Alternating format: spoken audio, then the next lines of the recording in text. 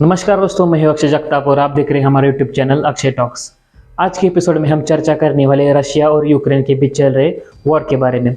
बहुत सारे लोगों के मन में सवाल है कि क्यों रशिया आखिर यूक्रेन पर कब्जा करना चाह रहा है, क्यों उन्होंने वॉर शुरू कर रखा है। तो इस सवाल का जवाब जानने के लिए आप ये पूरा वीडियो जरूर देखें।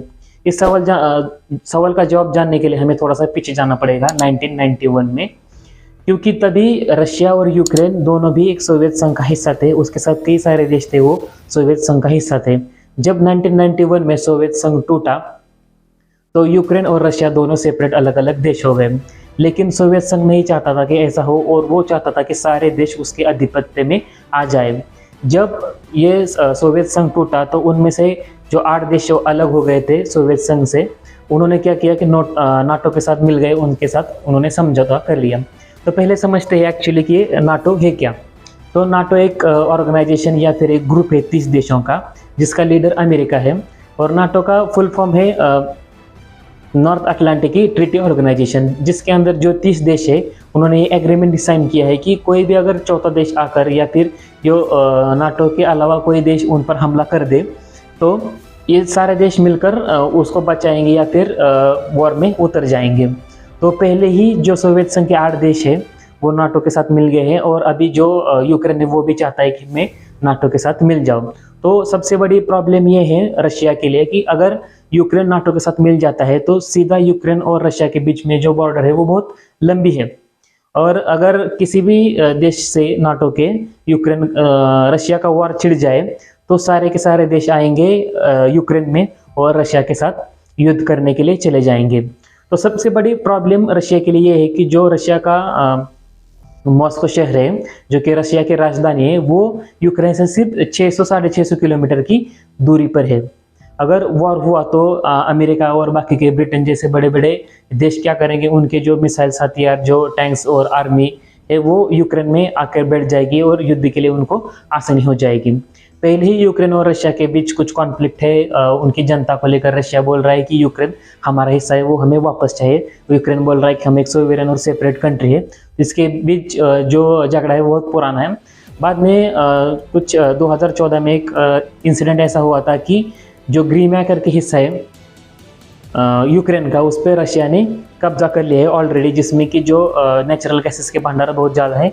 और उसके दिमाग में ये भी था कि पूरे जो सोवियत संघ के कंट्रीज है वो अलग हुए, उन पर भी अपना आधिपत्य जमा ले। लेकिन ये अभी पॉसिबल नहीं हो रहा। लेकिन अभी क्या है कि यूक्रेन भी जा रहा है नेटो के साथ, तो रशिया के ऊपर बहुत ज़्यादा दबाव पड़ रहा है।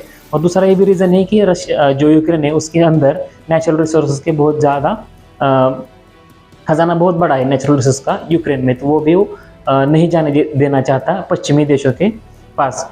जो रशिया के राष्ट्रपति हैं पुतिन, उन्होंने दिसंबर 2021 में ऑफिशियली अनाउंस किया था और बोला था पश्चिमी देश और नाटो से एक कुछ मांगे थे। उन्होंने कहा था कि जो नाटो की सेनाएं हैं बाल्टिक और पोलैंड जो क्षेत्र है, राज्य है उनमें, तो उसको वो वापस ले ले, और जो भी उनके न्यूक्लियर वेपन्स यूरोप में है अमेरिका के, वो वापस ले ले। और जो नाटो का सदस्यत्व देने जा रहा है यूक्रेन को, वो ना दें।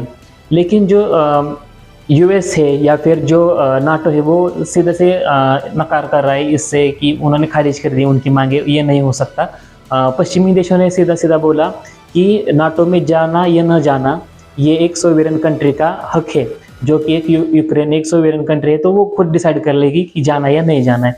तो रशिया को खतरा है अगर यूक्रेन सोवियत में गया, नाटो में गया, तो अगर फ्यूचर में कभी भी वॉर हुआ किसी भी नाटो सदस्य के साथ रशिया का, तो क्या होगा कि जो यूक्रेन और रशिया के बीच में जो बॉर्डर है वहाँ उनको फायदा ये है नाटो देशों को कि वहाँ से वो सीधा अपने आर्मीज, टैंक्स और जो लॉन्चर से, मिसाइल से, वो सब लाके यूक्रेन में बिठा देंगे और रशिया पर हमला करना उनके लिए आसान हो जाएगा।